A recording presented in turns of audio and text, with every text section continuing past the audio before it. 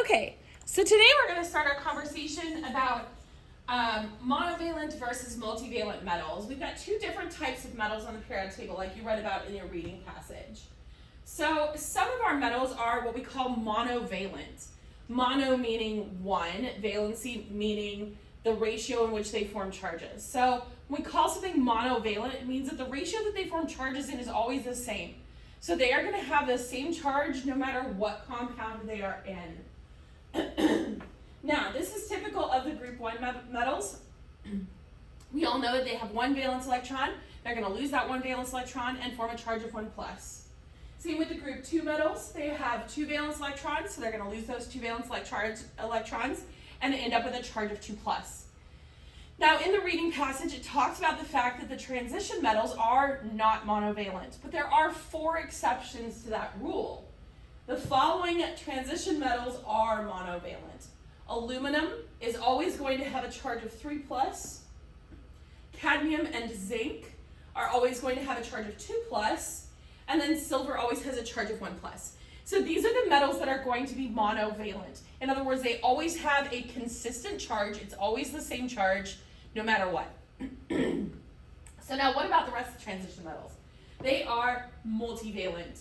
Okay, meaning that they can have different charges when they are in different compounds. So sometimes they're 1 plus, sometimes they're 2 plus. Sometimes they're 2 plus, sometimes they're 3 plus. And it's tricky because they're not all the same. I wish there was a standard rule for this, but they're not. This is just all the other metals that aren't on that first list. So if it's not on that first list, it's going to be multivalent, which according to our reading passage, of course, remember means it's going to need a Roman numeral. So oxidation states, we call the charge that an element or a polyatomic ion has its oxidation state, all right? And when we talk about oxidation reduction reactions, that'll make a little bit more sense why we call it that. But for now, we're just going to learn that the word oxidation states simply means the charge that they form when they're in a compound. So one of the things we need to be able to do if we're going to write a Roman numeral for the charge of a multivalent metal is we need to figure out how to determine its oxidation state. So how do I figure out what Roman numeral I'm going to need for a multivalent metal? Now remember, this only applies to the multivalent metals. If you have a monovalent metal from the group 1 or group 2, aluminum, cadmium, zinc, or silver, we don't need a Roman numeral, and we don't need to write one, and we don't need to worry about it. All right? So first of all, check and make sure your metal really is multivalent. All right? So check your periodic table and figure out where it's at. Then you're going to look up the charge of the nonmetal or the polyatomic anion that it's bonded to. So the metal has more than one charge, but the nonmetal or the polyatomic ion that it's bonded to does not. Okay, the nonmetal always has a consistent charge. So for example, if it's bonded to oxygen, we know it's going to be 2 minus. The oxygen is 2 minus. Okay, so we start by looking at the charge of the thing that it's bonded to, the anion. We're going to multiply the charge of the anion by its subscript. Okay, the little number at the bottom. Remember, the subscripts are the little numbers at the bottom. You have to be very careful with this when we're working with polyatomic ions, and I'll show you why when we get to our examples. Then we're going to divide the number from 3 by the subscript of the metal. Okay? We'll take our number, we multiply by one subscript, we divide by the other subscript. And then we're going to change the charge to be positive. And then that is going to be the charge of your multivalent metal. Okay?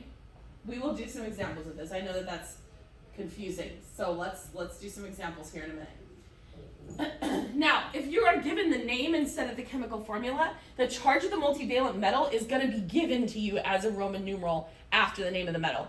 So for example, if we have an iron that has a 3 plus oxidation state, it's going to be written as iron parentheses Roman numeral 3, and then whatever the anion is that's attached to it. Okay? So there's your example, iron 2 oxide. The iron would have a charge of 2 plus because that little Roman numeral 2 indicates the charge of the multivalent metal. So for those of you who are not familiar with the Roman numerals, 1 is a capital I, 2 is 2 capital I's, 3 is 3 capital I's. Then it switches a little bit. A Roman numeral 4 is a capital I and a capital V together. A Roman numeral 5 is a capital V, 6 is VI, 7 is VII. We're going to add these to our green chart.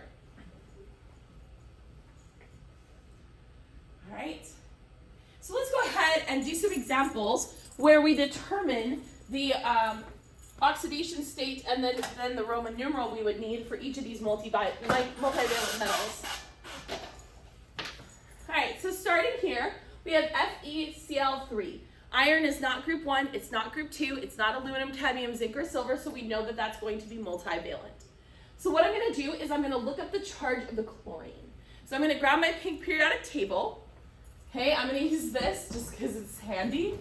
So chlorine is a group 17 element, and group 17 has a charge of -1. So the charge on chlorine is 1-. Our first step is to multiply by the subscript. So I'm going to take that 1- and I'm going to multiply it by 3.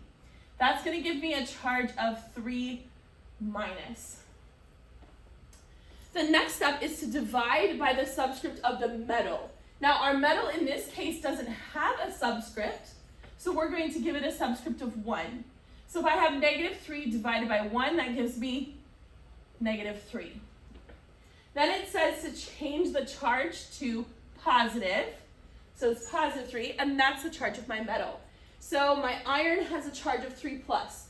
So I would write this as iron, and then parentheses I for 3.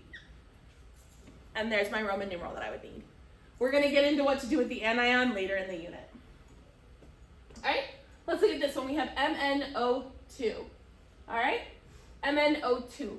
So step 1 is manganese, a multivalent metal. Now be very careful with manganese because it is a transition metal, but it's very easy to mix it up with magnesium, which is group 2. So be very careful. Manganese is Mn, magnesium is Mg. So yes, Mn is a transition metal. It's not aluminum, cadmium, zinc, or silver. So we are going to need a Roman numeral. We do need to know its oxidation state. So we're going to start by looking up the charge or the oxidation state of oxygen. Oxygen is over here in group 16. So its charge is going to be -2. So the charge on our oxygen is 2-. All right? The next step is to multiply by the subscript. So the subscript here on our 2- is a 2. So we're going to multiply this by 2, and that's going to give me -2 times 2 is -4.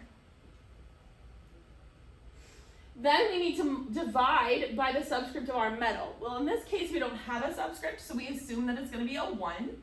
So -4 divided by 1 is -4. We're going to change the negative to a positive, and that is the charge of manganese. So we would write this as manganese, and then Roman numeral 4 would be an IV.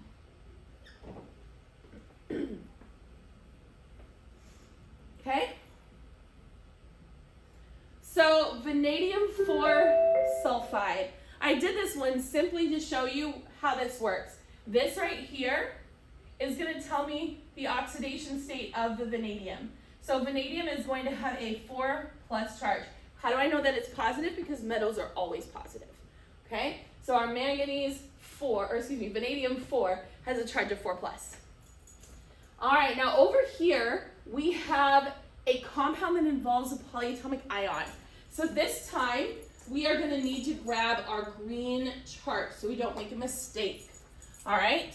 Because how do I know it's a polyatomic ion? Because look at your capitals. I have 1, 2, 3 capital letters. That means this is non-binary, so it's going to have to include a polyatomic ion. So you're going to want the part of your chart that has the 2 columns, not the one with the boxes, the 2 column sided. That's all your polyatomic ions.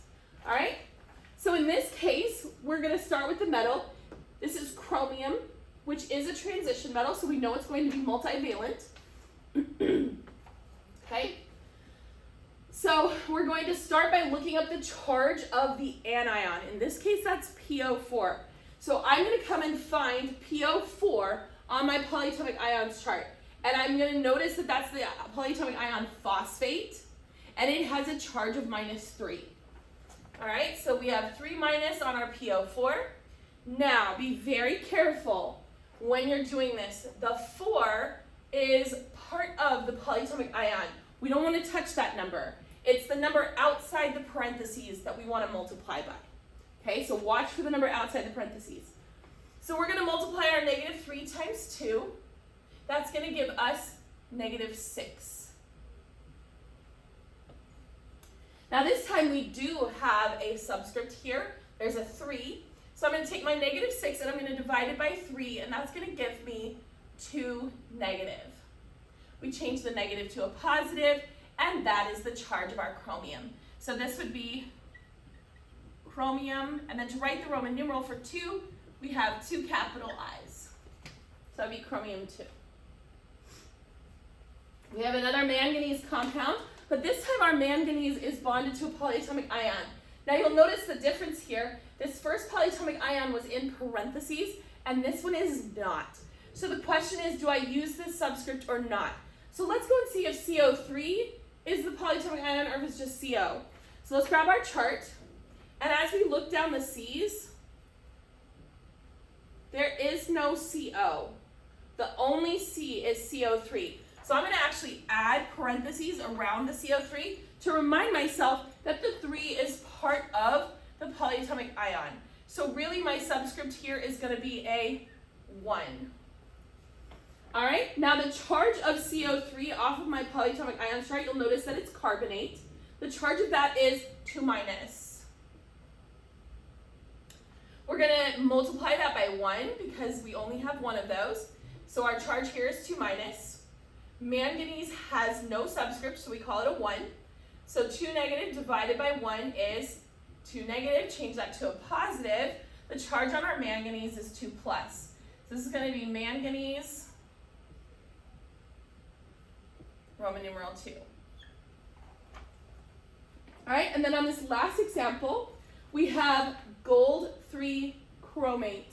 Remember, the 3 here is to tell you what the oxidation state of your gold is. So your gold in this case has an oxidation state of 3+. So for the assignment, y'all are going to be practicing determining where our cation is, where our anion is, and then what the oxidation state of them both is.